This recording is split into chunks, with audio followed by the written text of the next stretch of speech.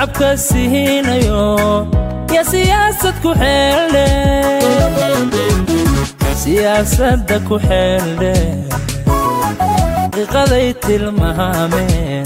xumaanyaanay kula noqon yayn xumaan kula noqon xaqiiqaday tilmaameen waayahay waana wanaagsan meel kastoo adduunka aad ka joogtaan halka aad nagala socotaan waa STN Somali Television Network xaruntiisa magaalada Minneapolis haddaba waa kaftanka siyaasadda oo asbuuciiba hal mar soo gala Ali Xaraari dadyo badan ayaa nagala soo xidhiidhay dunida dacaladeeda oo waliba u badan yihiin dhinaca dumarka saa u sheegi jirtay waxay rabaan in asbuuciiba laba mar looga dhigo ama laga sii badiyo waxay yiraan kaftanka siyaasadda waxaanu ku sugnaa wiigaas oo dhan warkii dhacay oo sax imaanu ka helno Ali haye waad mahadsantahay yaasiin waxa weeyaan dee horta dumarku imanka sanadihii u dambeeyay aqligooda shaqeeya oo kii aqligii raggu u seexday ka seexday marka iyaga active oo kaalintooda ay muuqataa talooyinka inoo soo jeedaan oo tixgelin doonaa waxaan ku dadaali doonaa in aan samayn doonaa insha Allah laba jeer weegii oo min 20 daqiiqo inaynu at least siino ayaanu ku dadaali doonaa inagu waad ogtahay waqti weyn ugu adeegahay Mareykan oo ciriiri uu iska yahay haddana waynu eegi doonaa aan ku bilowno marka barnaamijkeena gudagalno inagu waqti ka faa'iideysan waxaanu ku bilaabi doonaa booqashooyinka iyo socdaaladii uu ku gaala bixinayay gobolada dalka madaxweynaha dowladda federaalka Soomaaliya Maxamed Cabdullaahi Farmaajo ilaa waxaan sheegnay toddobaadkii hore Puntland marka si ayna Soomaalida u kala reebin ama hadhow aan inoo oran qaybna way sheegeen qaybna way ka aamusan ayaan raacinayna inta ka harsan si diiran baa lagu soo dhaweeyay galmudug waliba galmudug waxaan si gooni u jeclaystay cuntada noocaan jecelahay ayaa ka muuqatay gaalka cayo marka dhinaca Puntland iyo dhinacan galmudug kay noqotaba yaanan hadhow cid u gafin kay noqotaba waxay ahayd mid qurux badan oo hadiyadihii la siinayay ka duwaneyd cuntada waxa ahayd dhafaruur midcayo iyo cib inta miyad midna cunto weligii midhaha yaraanteedii ayaan hargeysa intaan dibadda u yar baxnay ayaan dibiriga meel ugu fogeedo 100 jir iyo la oran jiray inaan naxariyo ayaan tagi jirnay markaas aan wax ka soo dhaqaaqay meelaha ka shaqeeyay magaalada way dhaaftay hargeysa okay aad baa lagu soo dhaweeyay si fiican ayaa dadku isugu soo baxay dabeetana cadaado ayaa iyana si weyn loogu soo dhaweeyay dabeetana qoladii xarti dhuusamareeb shaakir iyo ciidankiisa ayaa si cajiiba u soo dhaweeyay waliba digri iyo nabi amaan allahumma salli sallallahu alayhi ayaa maartay qasiidooyin baa meeshii laga qaaday matabaan ayuu haddana sii taagay intaba inagoo wada eegayna ayaa waxaan eegi doonaa clip yar oo galmuduga dhuusamareeba matabaan ama cadaada intii waqtigu inoo saamaxo ayaynu dadka daawisiin doonaa marka waxaan iyana isoo jiitay ugaaska deegaanka dhuusamareeb ayaa geelisi dhex geeyay madaxweynaha ma sha Allah dabeetana hal buu u soo lisay hadhuubkii ayuu u dhiibay farmaajo markuu hal marka baday ayaa xaaf u dhinac taagay ayaa intuu kala booday ayuu qurquriyay xaaf waa rageed waa ana cabdiyay waayo isagu waxa weeye waddanku dee muddo joogayo qaras iyo kuma jiro calooshiisa waa saafi anaha geel ma dhibayaan ninkan xamar iyo waxba uu soo cunay bambeelmo iyo xabxab iyo waxba oo dhib u keeni kartaa marka kilibiyada isku wada xiran aan hal mar dadweynaha horta u gudbiyo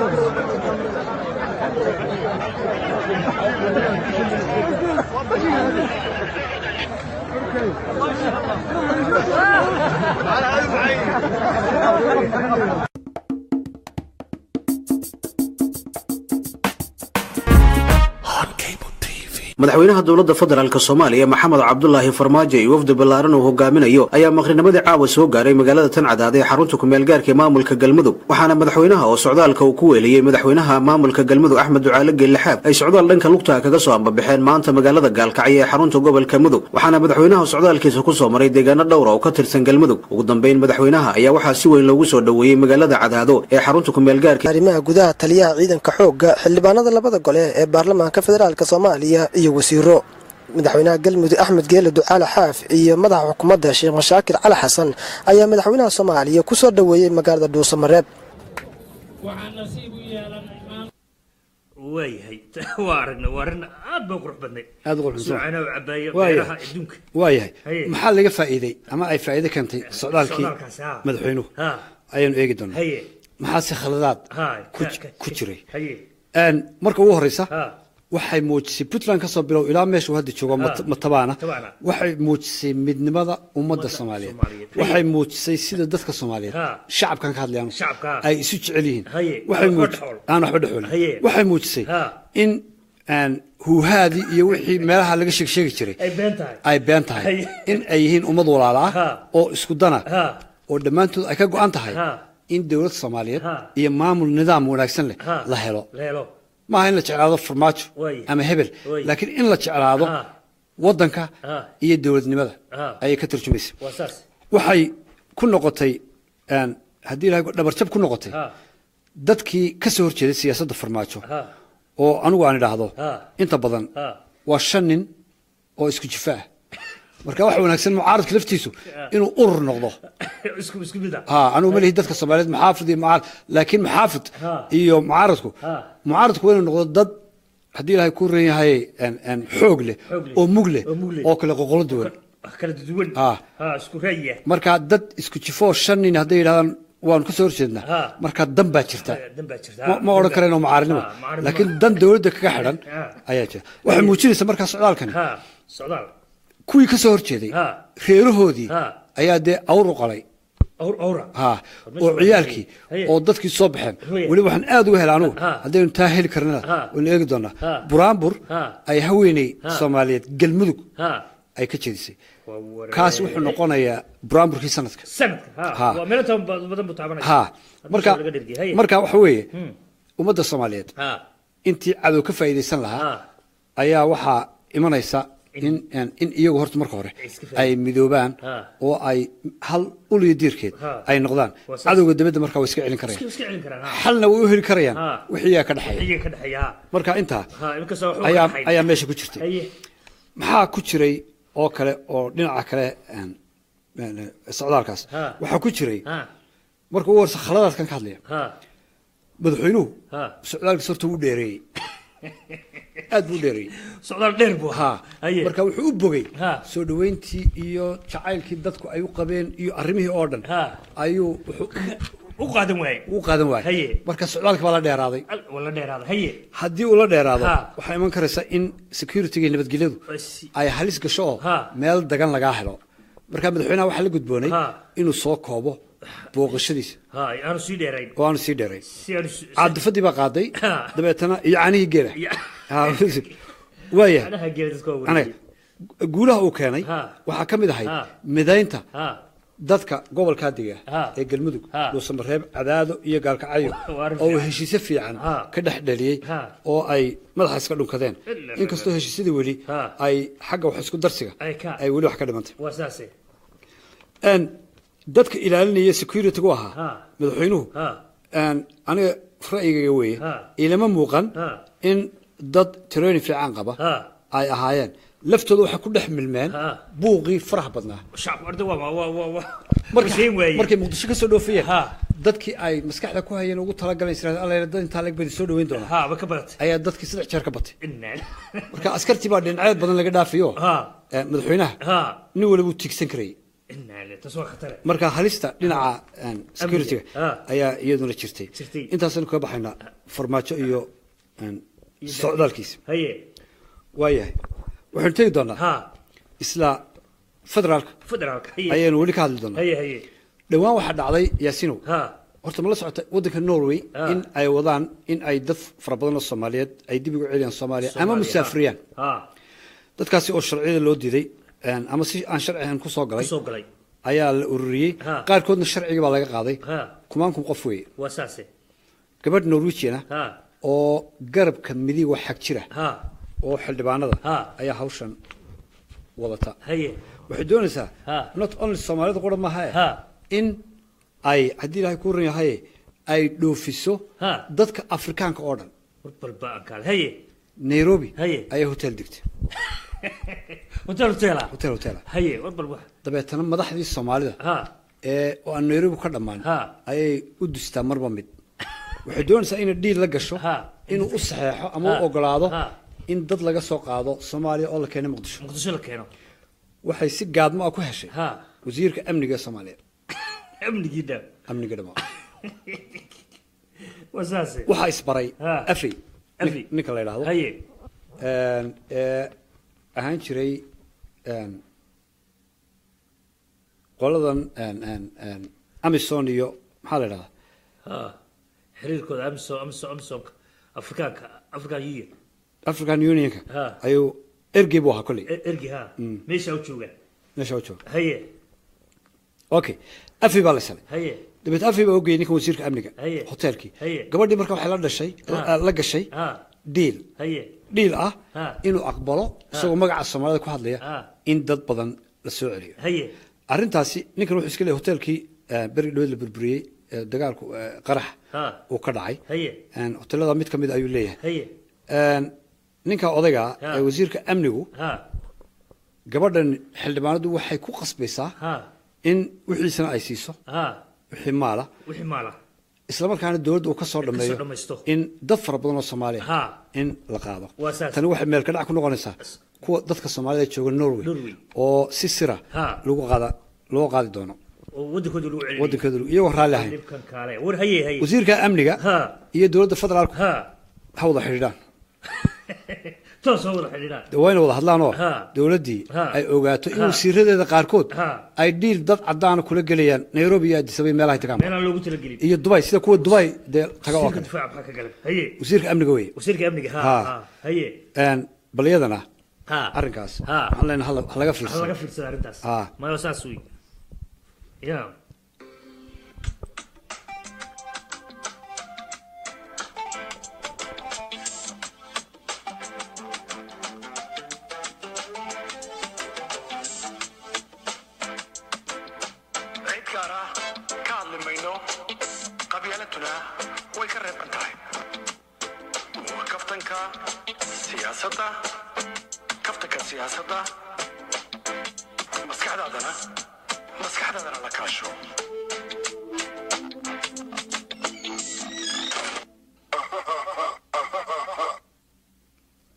muusigaasi dhaxtaalkan Yaasiin waxa inoo soo gudbiyay oo inoogu deeqay fanaanka musicianka Sir Maxamuud aad ayuu u mahadsan yahay waaye muusigaas fiican wahagaag waxaan tagi doonaa magaalada Hargeysa sida la socotay waxa bariyahan aan dhex socday magaalada Hargeysa oo saameyn weyn ku yeeshay hadal uu jeediyay madal la isugu yimid Suldaan Xasan Suldaan Cabdullaahi suldaanka Subeerawal way title-kiisu ninkaasi hadal xanaf leh oo reer Somaliland oo dhan ka dhaliya buuq oo sameeyay in qaarkood la sooco oo gooni laga dhigo oo qabyaalad qayaxan ahayd ayuu jeediyay dabeeto bal marka hore Xasan Suldaan Xasan hadalkiisii xanafta lahaa aan ku soo dhaweeyo dadweynaha maalin dhaweyd baa waxaa dhacday nin odayin baan abti ku idhaahdaa maalintii dambe yimid wuxuu igu dharsada xasanow yaa de ninkuu buureeno waanahay inan reer daahirina way dhashay xaggan aad abtiga iga noqotay maana abti ku ah dee ma ina sheegaantaa baa ku dhashay baan ku idho ina sheegaantaa baa ku dhashay notaydi baa ku dhashay intaa reer daahir yaa nin kaloo saleebaan la ilaa sida yidhi war meel maalin walba abti buu igu dharsada xasane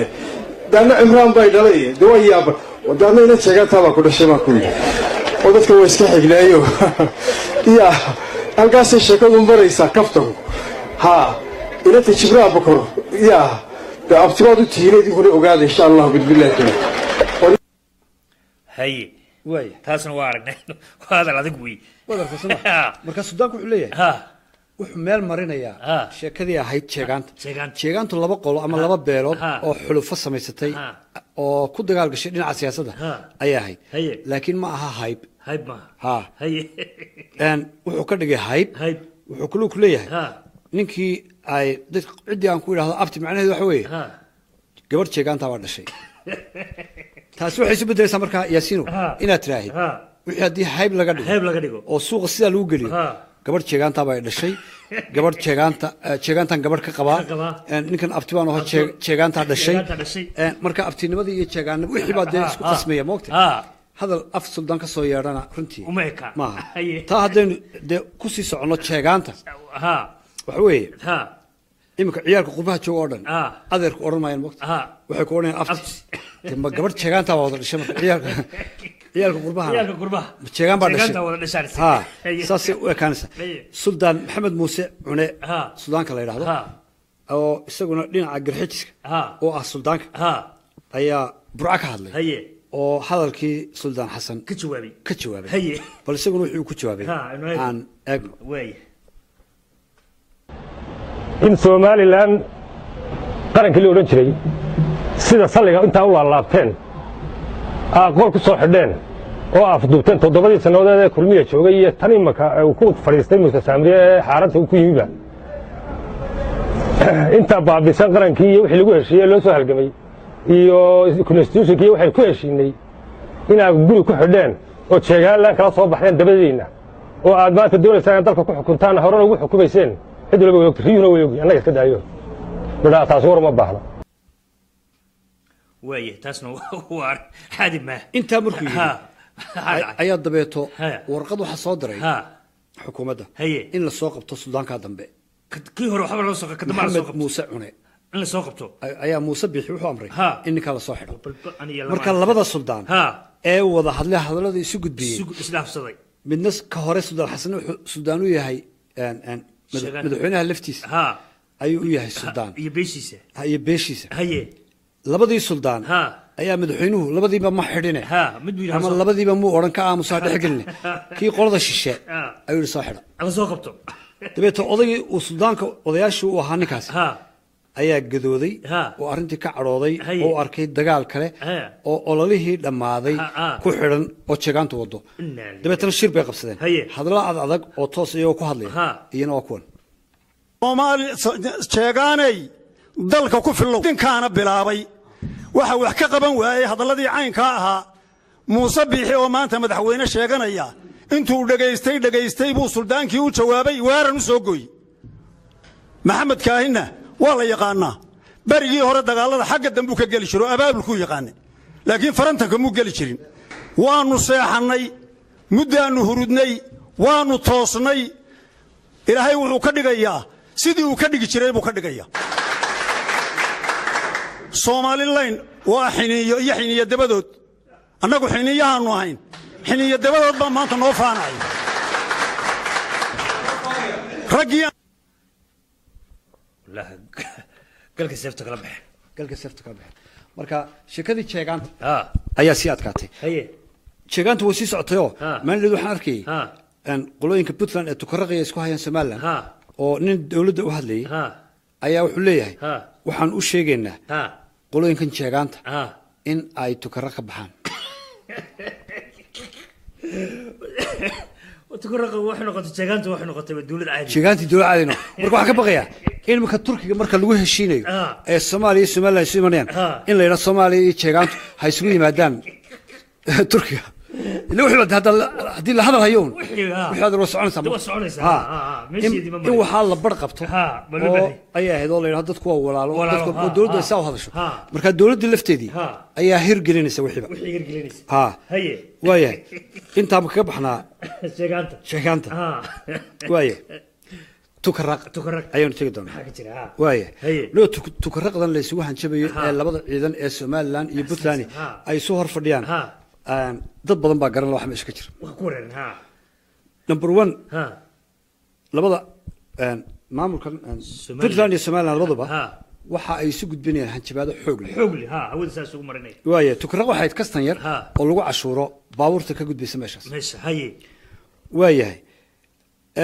waxa ka faa'iideysanaya qolooyin hurinaya oo labada dhinacba ka socda mas'uuliyiinta Somaliland iyo Puntland waxa iyaguna ka faa'iideysanaya dad meel ay isu soo mareen waayay ayaa dagaalkan ku munaasabanayo oo doonay in iyaguna galaan iyaguna hawsha galaan in yar baan ku eegna marka toddobaadkii hore wanay ku sheegnay barnaamijkeenan in Puntland iyo Somaliland aanay isdili karinba isma bedeli karinba sababtu maxay tahay ma aha aqligooda in ay nabadda jecelin maaha aqligooda waxa ka weyn aqliga Ethiopia oo eeriyada xukuma marka iyaga wala kala nidaamiyay toddobaadkii hore waxaan niri Ethiopia la hadli doonta cidii gardaran iyo cid kasta Ethiopia musabixu ay u yeedhay haye jooji bayna rabashka asha wareerin bayraad meeshana kuma dagaalami kartaan weerarka hore idinka soo qaaday waaya idinka gardaran buu horta cidii doonaysa meesha haysatay inaga waxba inaga gelinay Ethiopia ay hawshaas u taala Ethiopia marka ugu horeysa waxaan ugu mahad celinayaa dhiiga daadanaya labada dhinac ee ay joojisay Ethiopia aad u mahadsan aad baan ugu mahad celinayaa waayahay waayo labadan aqligooda garan waada isdaaya iyo tukraq baan isku haystaan waayo waxaan la yaabay dhinaca Somaliland ayaan eegi doonaa Somaliland waxa leedahay wasiirka gaashaandhiga ciidan iyo dagaal ku saabsan isaga shaqo waxa u hadlay Somaliland wasiirka biyaha inaanay dowladnimo jirin meeshan oo ay reer tahay wax walba oo reernimada la jecel yahay ayaan ku sheegay wasiirka biyaha ayaa u hanjabay Puntland iyo tukraq wuxuu leeyahay ama laascaanood baa laga qaxaya ama wallahi garoo laga qaxay dabeetana meeshii uu tagay intuu ciidamada ka haystay wasiirkii gaashaandhiguna uu aaminsan yahay meel joogo laga maartay waa maxay sababtu waxa weeye ninkan hadlaya ee biyaha reerkiisa meesha ku dagaalamaya marka Somaliland hadba gobolkii dagaal ka dhaco wasiirka reerkooda ayaa u hadlaya waxaan xasuustaa xilligii Siinaayo ayaa 6 wasiir iyo wasiir ku xigeenno ayaa hal maalin iscasilay xirsiga baa ku jiray waxa ku jiray Maxamed Bixi Yoonis rag caankaas iyo qaar kale badan dabeetana markiiba waxa jawaabay waxaan sirtoo ma afhayeenka xukuumadda ayaa jawaabi doona ma madaxweynaha Siilaan ayaa jawaabi doona ma madaxweyne ku xigeenka jawaabi doona inta midna ma jawaabin waxa jawaabay maareeyaha madbacadda kuwa buugaagta qora maareeyaha marka waxaan siri maareeyaha madbacaddu muxuu u hadlo nimankii iscasilay yaa uu cirka loo aaday waxaan ogaaday in odaygu adeer u yahay Siilaan marka wuxuu yiri uma arag dawladda wallahi adeerka waa ka laga yaacay adeerka u heeli adeerka u dagaalamay intaas jirta tukraq baan ku noqonaynaa tukraq waa meel kastama Puntland waxay ka heli jirtay markii aan daba galay anigu oo aan baaritaan sameeyay bishii $120,000 oo lacag badan oo canshuurahaas yaa qaadan jiray waxa qaadan jiray laba wiil oo ka soo jeeda Taleex bakar qaybsan jiray iyo Cabdulla Maxamed Algaas waxaa ku lahaysna marka 20 kana way la hari jireen 100 kana odayga u geeyay والعق بدوي يا دوني إني قبستان واحد دوني إني قبستان لبنن وإسلبيشون ده خير لس عنده خير لس عنده بس أيا لبوي الباب يعني ماشي كوري لعقت بقول لا تكيا قيب سنة لبدا ويل خير لس عنده هي مصبح إيه لا باتم بقعدنا موسى بقول بيوجيني أنت هرت اللي سكوا هيا وأنت حدود الله صحرية هي ميرال تشيرية iyo xagaasan u gudbayna maaha oo boqolka kun way xilliga dagaalkan dhacay xilli musabixi uu mushaharkii iyo lacagihii shaqaalaha iyo askarta aan wali meel dhigin oo aan shaqaali kala garin weey marka weerarka la qaaday marka weerarka yaa qaaday marka la soo ururiyo dadkan dagaalkan iyo rabashkan qaaday waa reer Sool marka reer Sool ayaa dagaal hoose iyaga dhexdooda oo ka dhaxaya waxa aragtay dagaalkii Ali Khaliif Galeeran wariga askar ka haysan ayaa imka baroono wata isagana maxaa wada waxa wada reerkiisa iyo Cabdiwali reerkooda ayaa indhood bisdilay dagaal halkaas dagaal ku dhacay isna halka waynu dhex geliyaa wasiirka biyaha maxaa wada wasiirka biyuhu isaguna Taleex berigii ay isku dileen Puntland iyo Somaliland reerkiisa iyo ninka Puntland u hadlayay ee tuutaha gashan ee video ku jira ayaa iyaguna aano iyo dad iska laayay isna wuxuu isleey u dhexgeli Puntland u dhexgeli isleey marka wixii oo dhan ayaa meeshii isu dhexgelinaya shaararka lagu shaqeynayaa waa shaararkii Puntland iyo Somaliland marka ma istaahisho in laba wiil oo ilmaadeera ay laba wiil oo kale ilmaadeeri inta meesha ka qaadaan ay 20 ku dhintaan وانت سوي والله ما تنكا كرادو لا ما تنكا وايه marka Ethiopia ayaa hawsha xalkeeda aan cid kale ma garan karno kala jooji baan oranayna baaqasan u dirayna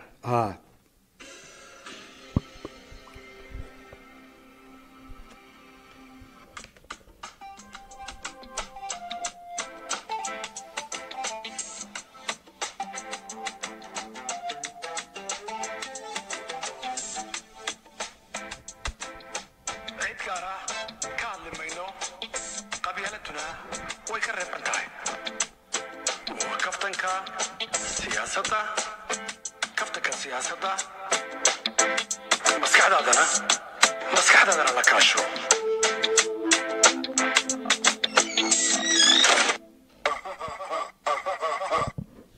وايه وهاك انت in hargeysa ka bixin qodobkan ku sii daraya yaasiro waxa dhacday dhawaan in gabadh lagu kufsaday magaalada hargeysa xaafadda October gabadhaas waa 14 jir waxa kufsaday laba wiil ayaa kufsaday waayahay labada wiil waa la soo qabtay waa la xiray haddana xabsigii ayaa laga sii daayay wala sii daayay labada wiil xeer ilaaliyaha guud ee qaranka Soomaaliland ayaa midna adeero ah midna abto ah labada wiil wax kufsaday xaafadda October ee Hargeysa $5,000 ayaa markii hore la sii dhigay la yiri gabadhii iyo reerkooda qaato iska aamus dabeetana way diideen waxaan doonaynaa sharciga la soo taagay labadii inankii uu adeerka u ahaa xeer ilaaliyo ayaa imika waxa u soo baxaysa fiise wadanka Qatar isagu wuxuu taagan labadii wiilba ma hayo labadiiba wuxuu dhoofinaya wadanka dibadiisa si raadka kufsashada aan loo helin xaq darrada iyo cadaalad darrada ka jirta wadanka ayaa qodobadan kufsashadu ay bariyahan dib noqdeen mid la iska caadeysto oo waliba kii wax kufsaday gar la siiyo oo gabadhii loo guuriyo okay inanka kufsaday labada ina mid kamid ah oo kufsaday gabadha 14 jirka laba gabdhood oo hore ay kufsaday dabeeta labadaasba uur bay u qaadeen inanka marka ninka laba gabdhood oo hore magaalada bartimeeda ku soo kufsaday oo imikana gabadhii saddexaad kufsaday Mareykanka oo kale muxuu noqonayaa qofkaas kufsashada cayn ka waa dilwi waa way wax bisiday hatta guri laga ma kareen karo xaafadda hadii uu 10 sano 20 sano ka soo wareegto waa xataa loo sii sheegay dadka waa loo sii sheegay waxa leeyahay guri waxa laga kareeyay numberkaasa nin gabdhaha kufsada hal islaaliyo hadoo waa kan ninkan waa loo sii gurinaya gur iyo beer iyo gabadha haduu kufsaday soo siin baa leeyahay marka ninka roof raba waxa way gabar kufsada gabar si kufsada aad baan ugu xunahay in sharciga caynkaasa iyadoo dad islaam oo walaalo leeyahay in sida lagu dhaqmo oo sharcigii lagu dhaqmi waayo oo sharcigu dad gaar ah uu qabto xeer ilaaliyuhu xeerarey qaranka isagoo ah oo sharciga wadanka gacanta ku haya waa inuu ka bilaabaa wiilka adeerku yahay ka abtigu yahay dadka hor keena oo dabeetana maxkamadda xukunta sida sharcigu yahay magaalada Bohoodle 6 wiil ayaa gabar kufsaday ويل هي حقلقي لحدي ويل بلا سوق هي waxay ku xukumeen in ay keenaan midkiiba 9 geela ama 9 tuldood 100 jeeda lagu dhifto hal sanana la xidho waa arrin fiican weey marka iyana wali aniga waxay ka dhex muuqato daciifnimada ku jirta waxa weeye gabadhii dhamayd ee 6 nin isugu tageen 9 geela qofkiiba dhibkeeda leedahay ma xaqeedii waxaan kaloo xaqeedii ahayn hal sano la xidhiya baa leeyahay halka sano meel lagu hayn doono yaa garanay qadar baa loo dhoofinaya war qadar baa dadka loo dhoofinaya qadar wixii ku sadaa uba wixii wax kufsanay oo dhan qadar wadamada carabta ama qadar imaaraadku waa la isku arkaa moogta qadar la sarki maayo qadar baa in loo dhafinaya war gabdhaha sidaa laga daayo oo hadii ilaahay ku ran yahay gabdhaha la xaq dhooro oo laga xishoodo oo ninkii ku gafa sharciga la koro waa intaas cadaalada waaya aynu qodobkan inta kaga gudubno waxaan eegi doonaa khayraadkii wadanka yaasiino oo la daldalanayo ugaadhi baa la dhameeyay waraabayaashii baa la dhameeyey iyo xayawaankii ayaa la dhameeyey shimbirihii baa la dhameeyey dadka waxaa sameynaya maaha dad ajnabiya oo inoo yimid khasab ku qaadanaya waa dadkii Soomaaliyeed oo qaadaya oo geenaya Dubai ama Arab inta wadankii keenaan ka iibinaya awlayska iskale waaya marka ugu horeysa waxaan ku tusayaa dhagxaan laga dhoofinaya magaalada Berbera oo waliba xamaalinta ay ku heesayaan muuse ma oga dhagxaantaasi ayaa waxa loo dhoofinaya wadanka Imaaraadka Carabta nooca waxa lagu tilmaamay nooca xadiidka ama birta laga sameeyo bal clipka ay horta aynu daawano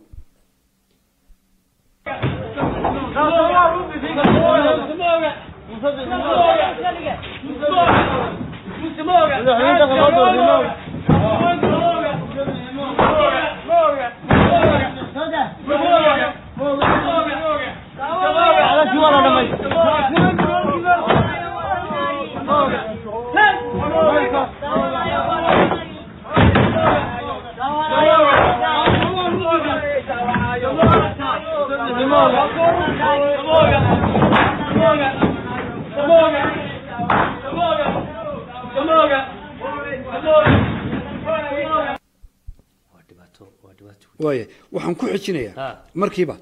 kalluunkii Soomaalida ayaa badda Indian Ocean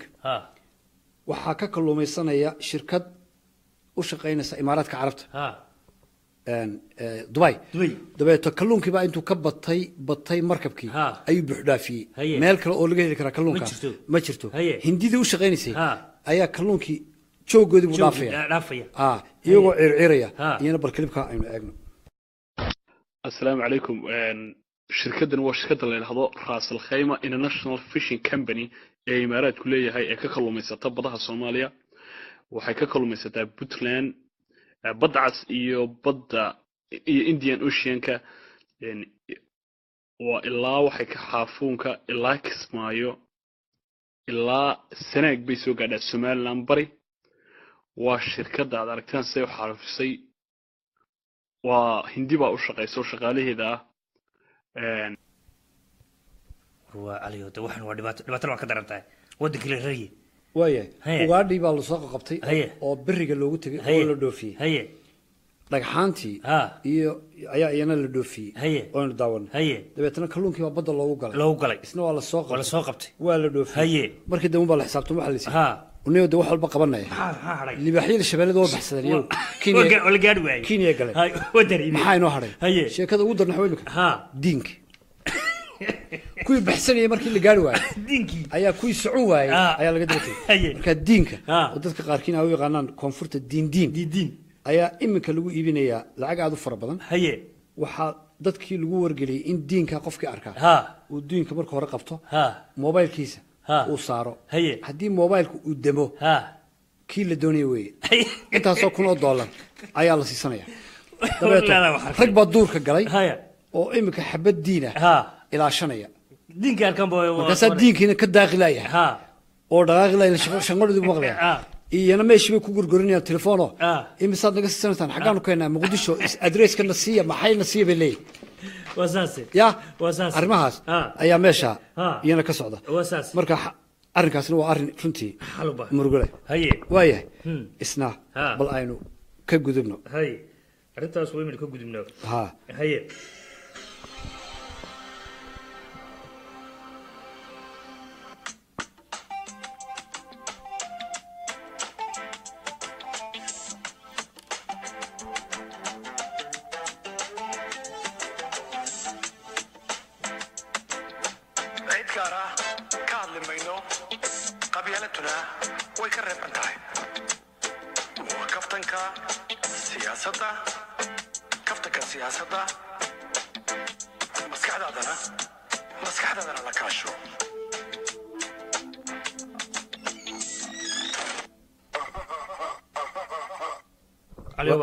واي مركل واحد مهد علني يا سيد محمود أو يسوي موسيقاس دنانا يا إنه وداقي واي قلبك ودن بيا أيه نقولي دونا واساس هاستن بربر ما حد قاعد صارت نوع عليه ودوكي ومدي الساعة سوى توريسا كرسي ديرس كتوريسا ما تشابين أنا هسوا جرين واحد طيب تذكر سوى توري يوم برارك واي نيوم مليه هذي ما يهري كرتا داد يا haddaad akhriid midhaheedii midhaheedii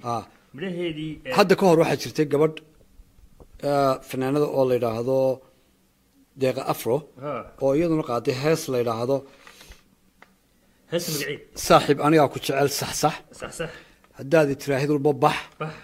wax caynkaasa marka siiqadaa ay gabaygaas murtidaas u socoto aliyo heestu waxa weeye waa anigoo u jiifa qurqur waaye macna samaynaysaa qurqur jacayl ku xiray sarsar sarsar jacaylku ku xiray sarsar waaye intuu igalay dardar intuu igeliyey dardar ayuu ii tuuray barbar waa dadku markay isturaya wey waaye ayuu ii tuuray barbar waata dhiiggayga ma u raacay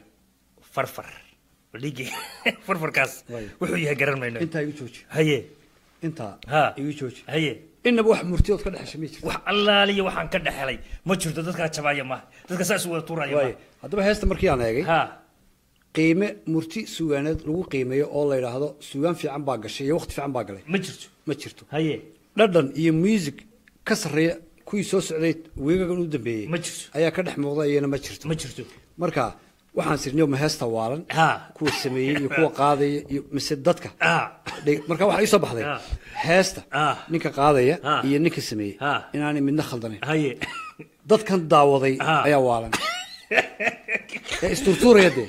dadka saas wada tuuraya waa nooc iska kibira waa nooc maalayacniya noloshana khatar bay ku waa nooc dad aad moodid in maskaxdooda ay faaruq tahay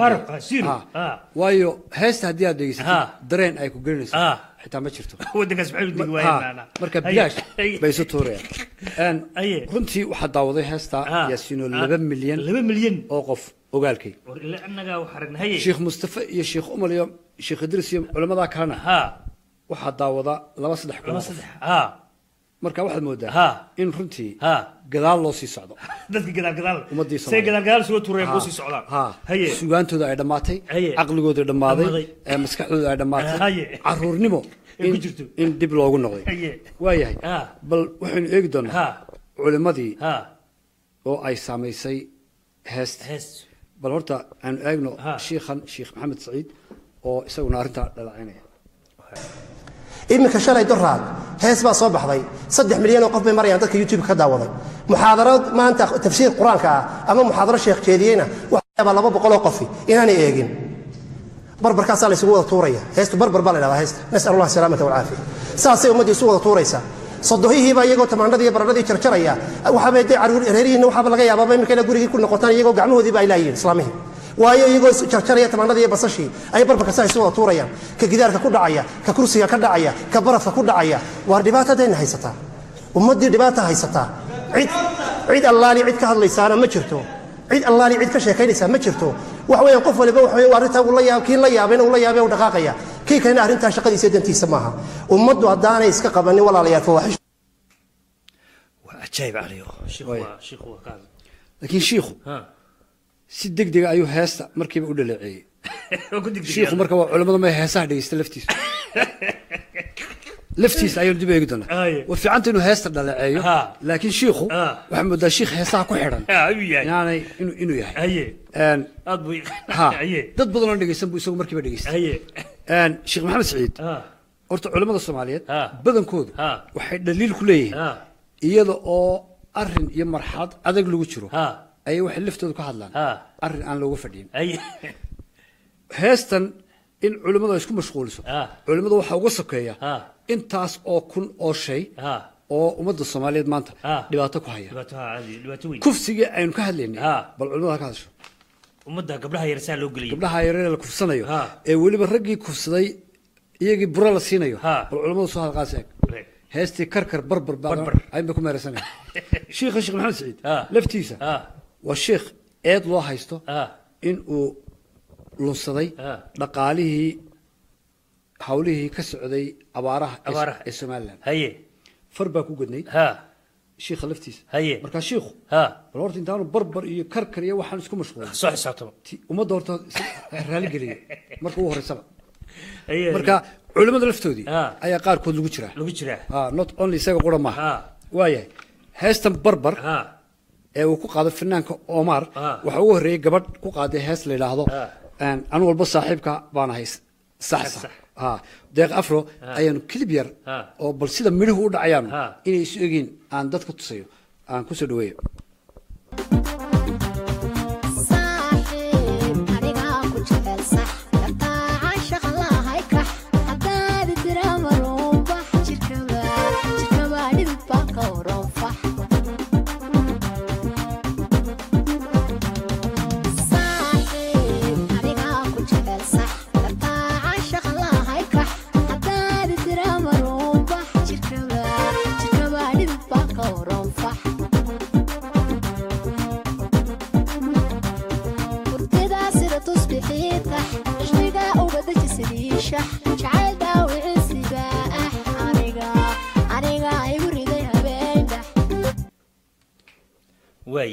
wadarta sama waaye badaba heestan laga daba dhacay ee 2 milyan daawadeen ee la isku dilay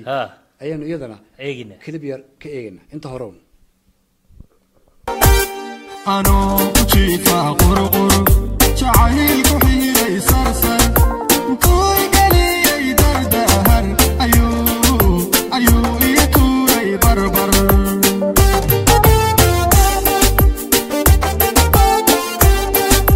ano ujifa qurqur jacayl ku xilay sarsar toy galiyay dardahar ayu ituray barbar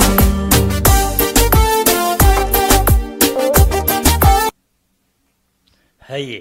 taasna waa garan waxaan ka baqaynaa suurtid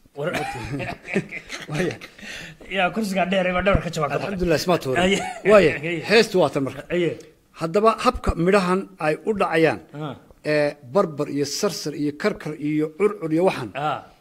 markii ugu horeysay anaa keenay oyoy ma adiga wada warayay soo cajiib horta أنا ويا بوني. أوكي. وصاكو كذا. waxaan keenay sanadkii 2010 أياي. سنة بدن بلد. dadkana daawanay qaar badan baan doonay caligan miyuu heesaa ma fanaan ba laakiin habka markaan u sheego ay fahmi doonaan haye in la leeyahay Cabdi Fataax Daahir Cige oo xilliga joogay Qaahira ayaan waraystay haye dabeetana wuxuu ii keenay qaafiyad aan ka yaabay oo aan suugaanta Soomaalida hore uga arkay haye marka calankan ku keenay curcur ayaa ku jirta marka barbar iyo curcur iyo karkar iyo saxsax oo dhan baa ku jirta haye Cabdi Fataax ayaan marka doonaya inaan maqashiyo codkiisii sanadkii 2010kii weliba haddii uu nool yahay oo ina maqlayo Cabdi Fataax waxaan ka codsan lahaa inuu inala soo xidhiidho kaftanka siyaasadda bal iyana daawasho wanaagsan Cabdi Fataax Daahir Cige oo jooga magaalada Qaahira ee waddanka Masar ayaa inoo haya gabay kulley sida uu socdo aniga iga yaabiyey bal dhegeystow adna ila eeg calankan ku keenay curcur ninkii u yeela barbar dad yahow u gooye farfar wuxuu gumaystuhu burbur dhulkii u keenay marmar naftaa tidhaahda jarjar farasiiska jooga tirtir markaan u diidna shirshir inuu ka cabo durdur waa kii bilaabay birbir intii odhanaysay yuryurna waa kii u gooye farfar dad yahow u ooye marmar haddaad arkaysid is markii loo laayay kaskas adaaban joogin wiswis waxaa jiraayay rag calankani u keenay degdeg oo u bilaabay digdig oo iska diiday sugsug iyagoo ku socda cagcag ayay ku keeneen luglug markaasay u diideen legleg uga siiya sacabka dhagdhag waxaana gaadhay dad baa la kulmay baxbax rag baa ka tirshay tixtix warkana u sheegay saxsax markuu noo diiday laxlax inay noo daaqdo dixdix wixii kalaamay cadcad haddaad tidhaahdo qodqod waxaa yimaada daddad kugu bilaabi budbud haweenka guudka cascas haddaad tidhaahdo tistis dabadeed tidhaahdo is iyagaanu raaci kaskas adaa ka qaadi wiswis waayahay waa heestii wey anu somaan bilaabin anu markaa heestaa bilaabay waa ima qaadid be hay beriga maxaa lasii turturi waay musiga loo baanad okay dabeetana waxaan la xidhiidhay nin abwaana oo runtii aan jecelahay sugaantiisa oo wasaaradda warfaafinta Soomaaliya ka tirsanaa oo ogaalkay joogay magaalada Laascaanood Ismaan Cabdinuur Xaashi abwaankaas ayaan dhageystay markii aan sii daayay barnaamijkaas dabeetana isaga baa wuxuu ii soo diray qaafiyad tii oo kala inkastoo halkan iminka aanan gacanta ku haynin oo iyana barbar iyo curcur iyo karkarti marka horta wax jiray ayaan bahayd eeg dadka Soomaalidu فكر لما يمادان فكر نكلا أم باللي يمادان فكر كواحد إسكالها إن كان برجع ورئيس كقاضي عبد الفتاح الظاهر يجي وعنيس الصومالي دو قاهرة شوي أيا كريت كسكال ها مركا الصومالي دو هدي يمكن مال أتكفر الدكان دعس كلوي دعس مكاك فرناي next door ككوحية أيو كفرني عن نكلا الصومالي ولي بقى دعس شينها لقى كان ورقيسة أيو كينيا وقت marka waxaad ku arkay Soomaali ma arki jirin shan farmasiyo isku xiga shan restaurant oo isku xiga oo isku dhinaca shan tubaakada iibiyo isku xiga marka waxa weeye caalamkan saas kama shaqeyso copyright-na male Soomaali waayahay marka heestan ayaa dhibka ay keentay waxa weeye culimadina way ka hadashay runtiina anshax xumo ayay ku soo kordhisay mujtamaca Soomaali waxaan ku tusayaa 70 jir u eg calaamadihii islaamka ka muuqdaan oo sidii ciyaalka heestan istooriya isaguna bal daawasho wanaagsan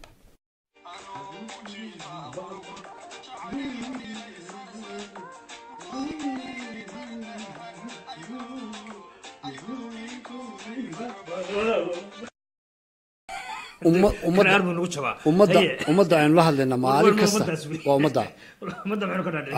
geela maxaa la odhan jiray duqdooda durduriso aarinkooda maxaa la inama tukanaya ayaan iyana kusoo gabagabaynaya oo salaaddii iyaga ku jira barbarkii isu tuuraya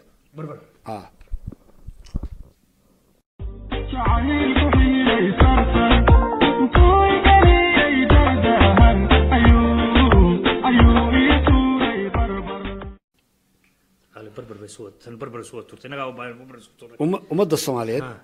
waxaan oran lahaa daba abwaanka heestan sameeyay iyo fanaankii ku qaadaba waa inay ummadda ay ka raali galiyaan dhibkii ay